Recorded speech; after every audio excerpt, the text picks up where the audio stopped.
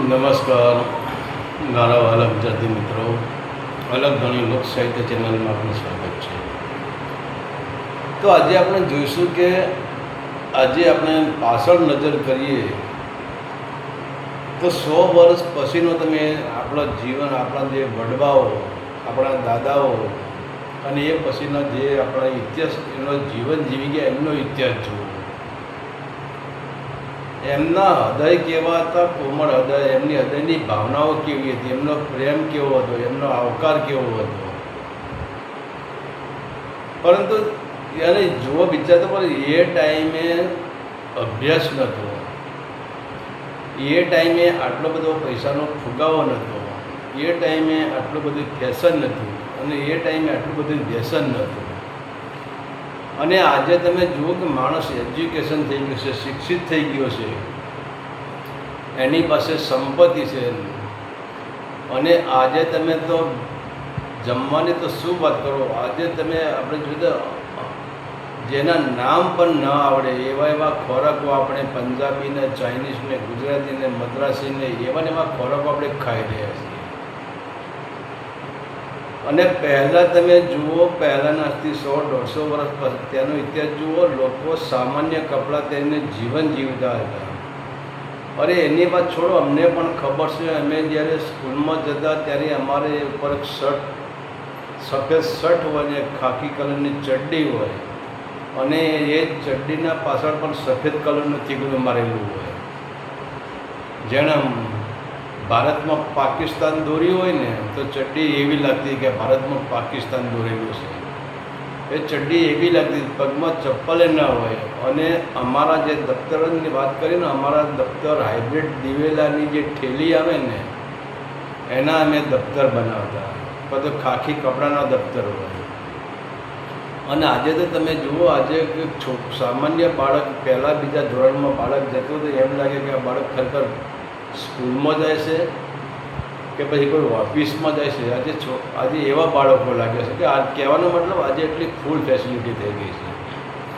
પણ આજે હવે સંપત્તિ વધી છે, પૈસા વધ્યા છે, અભ્યાસ વધ્યો છે, પણ તકલીફ ક્યાં થઈ છે? આજે સંસ્કાર અને સંસ્કૃતિ બિલકુલ ખોવાઈ ગયા છે.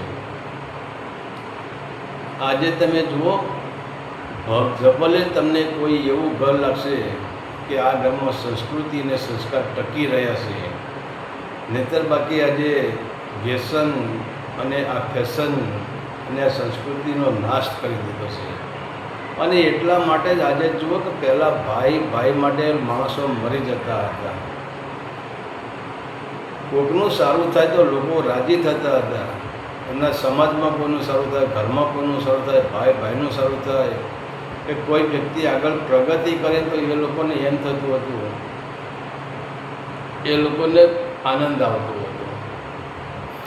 પણ કહેવાનો મતલબ હવે આજના જમાનામાં આપણે જો સંસ્કાર અને સંસ્કૃતિની વાત તો કરવાની રહેવા દો. ક્યાંય સંસ્કાર નથી અને ક્યાંય સંસ્કૃતિ નથી. એનું મુખ્ય કારણ શું છે? કદાચ તમને ખબર નહીં હોય. એનું મુખ્ય કારણ એ છે કે આજની સંપત્તિનો આજનો અભ્યાસ. જેમ જેમ અભ્યાસ વધતો ગયો એમ એમ અહંકાર આવતો ગયો. જેમ જેમ સંપત્તિ વધતી ગઈ એમ અહંકાર આવતો ગયો. અને જેની પાસે સંપત્તિ અને અભ્યાસ પૂર્ણ રીતે આવી ગયો, તમે જુઓ, એ સામાન્ય માણસની કિંમત નહીં રાખે. કોઈ વડીલની એ કિંમત નહીં રાખે. કોની સાથે કેવી રીતે વાત કરવી, કોની સાથે કેવી રીતે બેસવું, કોને કેવી રીતે બોલાવવું, કોની સાથે કેવું વર્તન કરવું, એનામાં એ સંસ્કૃતિ નહીં હોય, એનામાં વિવેક નહીં હોય, અને એનામાં એ સંસ્કાર પણ નહીં હોય. તો એનું કારણ શું છે? એનું કારણ એક, અભ્યાસ વધી ગયો અને સંપત્તિમાં વધી ગઈ. તો અભ્યાસથી સંસ્કૃતિ આવતી નથી, સંપત્તિથી સંસ્કૃતિ આવતી નથી. તો અભ્યાસ અને સંસ્કૃતિ બંને આપણને અવરા માર્ગે લઈ જાય છે. તો સંસ્કૃતિ અંદરથી આવે છે. તો આપણે જોઈએ કે આજે આપણે આપણી નજરે જોઈએ છે કે આજે એક કોઈ મોટો અધિકારી હોય ને એની પાસે કોઈ જો સામાન્ય માણસને કામ કઢાવવું હોય તો એ અધિકારીઓનો પાવર જોઈ લો તમે. એ અધિકારીઓ તમને 10 ધક્કા ખવડાવશે, એમ છતાં તમારું કામ સમય હવે ન પણ થઈ શકે અને તમારી પાસે 25 રૂપિયા લેવાની લાલચ રાખશે અને તમને જેમ એનાથી તમે નાના હોય ઉંમરમાં એવી રીતે તમારી સાથે વ્યવહાર કરશે.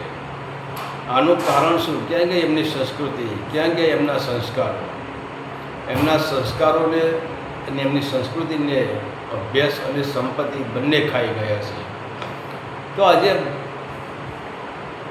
પહેલાંના સમયમાં આ હતું જ, પણ આજે જે ટકાવારી વધી ગઈ છે, પહેલાં આટલું બધું નહોતું. પહેલાં રાજા મહારાજાઓના રાજ ચાલતા હતા, નિરક્ષર પ્રજા હતી, પણ એ પ્રજાની અંદર પ્રેમ હતો, હૈયામાં હેત હતું. આંગણે કોઈ મહેમાન આવે તો એ લોકો રાજી થઈ જતા હતા, મારો બાપલિયો આવ્યો, મારો વિહામો આવ્યો. અને આવેલા મહેમાન જો વિદાય માગે ને ત્યારે એમની આંખમાંથી આહુડા આવતા, અરે આજનો દી રોકાઈ જાઓ, કાલનો દી રોકાઈ જાઓ, આટલી મનવણ કરતા હતા. ત્યારે અભ્યાસ પણ ઓછો હતો અને સંપત્તિ પણ ઓછી હતી. પણ એ ટાઈમે પણ ઘણા આવા માણસો હતા કે જે ઈર્ષાળુ હતા, જેનામાં સંસ્કાર નહોતા, જેનામાં સંસ્કૃતિ નથી. એ ટાઈમે પણ આવા હતા જ, પણ આજના સમય પ્રમાણે એ ટાઈમે ઘણા બધા ઓછા. જબલે જ કોઈ આપણને એવો નરાધમ, એવો નીચ, એવો પાપી, જબલે જ કોઈ એવો ઈર્ષાળુ માણસ જોવા મળે કે જેનામાં સંસ્કાર પણ ના હોય અને જેનામાં સંસ્કૃતિ ન હોય. તો આજે આપણે એવા જ એક ખુમાણના દીકરાની આપણે વાત કરી છે, જેનું નામ ઓઢો ખુમાણ. હવે વિચાર કરો, ઓઢા ખુમાણની ઉંમર ફક્ત 12 વર્ષની જ થઈ છે અને 12 વર્ષના એ દીકરાની ખાનદાની કેટલી એની આજે આપણે વાત કરવી છે. તો કહેવાય છે કે જે હોજા ખુમાણ હતા અને હોજા ખુમાણને એ બંને ભાઈ હતા, હોજા ખુમાણ અને હુમાજ ખુમાણ, આ બંને ભાઈ હતા. અને હોજા ખુમાણ છે એ પોતે ધાર્મિક માણસ, પવિત્ર માણસ, એના આનંદ બંને જ ભાઈ હતા, પણ સંસ્કારો પણ એટલા બધા ભરેલા હતા, ધર્મપ્રેમી એટલા હતા. અને આ હોજા ખુમાણ છે એના ત્યાં કોઈ દિવસ સાધુ સંત ગરીબ કે પછી કોઈ માગનારો કે પછી ભાટ ચારણ કવિ ગઢવી બારોટ, એના ત્યાં કોઈનો પડાવ હોય છે. તો હવે વિચાર કરો, બંને એક જ માના દીકરા છે. અને જ્યારે એમના પિતાજી આજા કુમારના પિતાજી જ્યારે મરી ગયા ત્યારે બંનેને સરખો હિસ્સો જ આપીને ગયા છે, કોઈને પણ વધારે કે ઓછું આપ્યું જ નથી. પણ કહેવાનો શું છે કે કર્મનો દોષ. આ જે ખુમાણ છે, આજા ખુમાણ, એ દિલદાર માણસ છે. અને જે માણસ દિલદાર હોય, જેના પેટમાં પાપ ના હોય, જેના પેટમાં પ્રેમ હોય, જેના પેટમાં એવી ભાવના હોય લોક કલ્યાણની, તો એને પરમાત્મા મદદ કરે છે, એને પ્રકૃતિ મદદ કરે છે, એને પ્રકૃતિ આગળ લાગે છે. અને જેના અંદર અહંકાર પડ્યો હોય, જેના અંદર ઈર્ષા પડી હોય, ભલે એની પછી કરોડોની સંપત્તિ હોય, પણ એને પ્રકૃતિ પાછી પાડે છે, પ્રકૃતિ એને સાથ આપતી નથી. એટલે કહે છે કે મારા ભગવાન રૂઠી ગયા છે. ભગવાન નહીં, તારા અંદર જે ઈર્ષા પડી છે એ ઈર્ષાના કારણે પ્રકૃતિ રૂઠી ગઈ છે. તો આવા બંને ભાઈ, તો કહેવાય છે કે આજા કુમાણ અને હુમાજ બંને સગાભાઈ, પણ હવે હુમાજને ત્યાં દિવસે દિવસે પડતીના ચિહ્નો આવવા લાગે છે કે એના એ એટલો ઈર્ષાળુ છે, અભિમાની છે અને બીજાનું તો કલ્યાણ નથી સોચતો, પણ પોતાના ભાઈ જે આજા ખમાણ છે એમનું પણ એ કલ્યાણ ઈચ્છતો નથી. એના પર એ ઈર્ષા કરે છે કે આના ત્યાં આટલા બધા મહેમાનો આવે છે, આના ત્યાં આટલા બધા સાધુ સંતો આવે છે, આના ત્યાં ભજન કીર્તન સત્સંગ થાય છે, આના તો કવિઓ આવે છે, આના તો ગઢવી આવે છે, મારા ત્યાં કેમ કોઈ આવતું નથી. પણ એ લોકો જો એક વિચાર કરો, તમારા આંગણે સાધુ સંતોની વાત છોડો, તમારા આંગણે કોઈ બાળક આવે ને તો બાળક તમારો પ્રેમ જોઈને તો જ તમારા આંગણે બાળક આવે. કારણ કે તમારી કરોડોની સંપત્તિ હોય ને પણ તમારો પ્રેમ ના હોય ને તો નાનું બાળક પણ તમારા આંગણે આવતું નથી. એમને એમાં હામાજ કુમાર છે એ ઈર્ષાનો ભરેલો, અને એક વખત એવું થઈ ગયું કે એમના જે મોટા ભાઈ છે જે આઝા કુમાર, એમને એક ઘોડી હતી. ઘોડી તો 4-5 ઘોડી હતી, પણ એમાં એક મુખ્ય ઘોડી હતી એ, અને એની ઘોડીની ચારે બાજુ વાહ થતી હતી. તો હમાજ કુમારને એમ થયું કે આ ઘોડીની વાહ થશે, ઘોડીને જ હું ઉપાડી દઉં, ઘોડીની વાહ ક્યાંથી થશે? તો હવે વિચાર કરો કે આ પોતાનો જે સગો ભાઈ, પોતાના ભાઈનો જ પર કેટલી ઈર્ષા કરી હોય છે, અને એ રાત્રે ઘોડી છોડવા આવે છે. અને ઘોડી છોડવા આવે છે ત્યાં એવી ઘટના ઘટે છે કે આ આઝા કુમારનો જે દીકરો હોય છે એનું નામ ઓઢો હોય છે, ઓઢા, અને એ ઓઢો આશ્રમમાં સૂઈ ગયો હોય છે. અને ત્યારે પછી એના કાકા થાય હોમાજ એ ઘોડી છોડવા આવે છે, અને જ્યાં ઘોડી છોડે છે ત્યાં ઘોડી પણ વફાદાર ઘોડી છે, ઘોડી હાહણે છે. એટલે ઓઢાની નિંદર ખુલી જાય છે, અને જુએ છે કોઈ ઘોડી છોડી રહ્યું છે. ત્યારે પછી નજીક જાય છે ત્યાં, અને ત્યાં જઈને પછી એ જુએ છે તો એમના કાકા પોતે ઘોડી છોડતા હોય છે. ત્યારે વિચાર તો કરાવો ઓઢાની ખાનદાની કે કાકા, એક સામાન્ય ઘોડા માટે તમે અમારા ત્યાં ચોરી કરવા આવ્યા? હવે એક વિચાર કરો, કાકાને એમ થઈ ગયું કે મારા ભત્રીજાએ મને જોઈ લીધો છે. અને ત્યારે પછી આ પોતાનો સગો કાકો ભત્રીજા ઉપર દયા લાવતો નથી, ભત્રીજા ઉપર પ્રેમ લાવતો નથી, લોહીના સંબંધો પણ ભૂલી ગયો છે. અને એની પાસે જે બરસી હતી, બરસીનો ઘા સીધો કરે છે ઓઢા ઉપર. તો ઓઢાને બરસી વાગે છે, અને ઘોડી લઈને નીકળી જાય છે. અને એ ટાઈમે જ્યારે આ ઓઢો પડશે ત્યારે ચીસ પાડે છે, અને કહેવાય છે કે એ ટાઈમે બાજુમાં સૂતેલા એના પિતાજી જે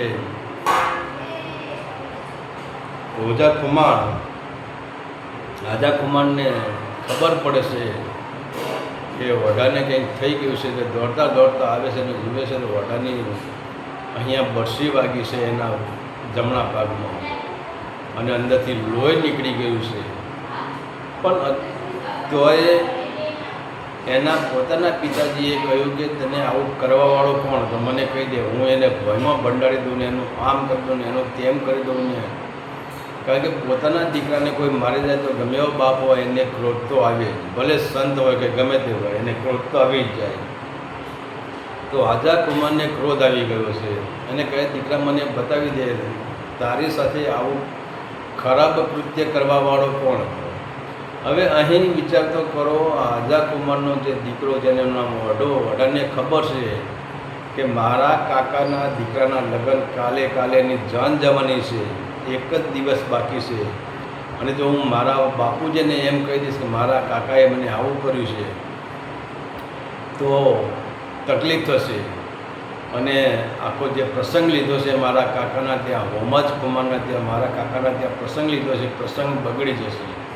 હવે વિચાર તો કરો, હવે પોતાને જમણી બાજુ પોતાને બરસીનો ઘા વાગ્યો છે, અને ખાસી એવી બરસીની એની છાતીમાં ઘૂસી ગઈ છે, પણ એમ છતાં એને જાહેર કર્યું નથી કે મારા કાકાએ મને બરસી મારી છે. પણ અહીંયા હવે તકલીફ ક્યાં થઈ? એના ભત્રીજાએ એટલે કે ઓઢાએ તો જાહેર કર્યું નથી, પણ જ્યાં હોમાજ કુમારના ત્યાં જે સગાવાલા આવેલા, હવે બંને ભાઈ જ હતા, તો બંનેના સગાવાલા તો એક જ હોય. એમના ત્યાં મામા, ફઈ કે ફૂવા કે બનેવી કે જે તે રિશ્તેદારો આવેલા, જે ચારણ આવેલા, ભાટ આવેલા, ગઢવી આવેલા, બારોટો આવેલા, કવિરાજો આવેલા, અને ત્યારે તો આ બધાય આવતા જ.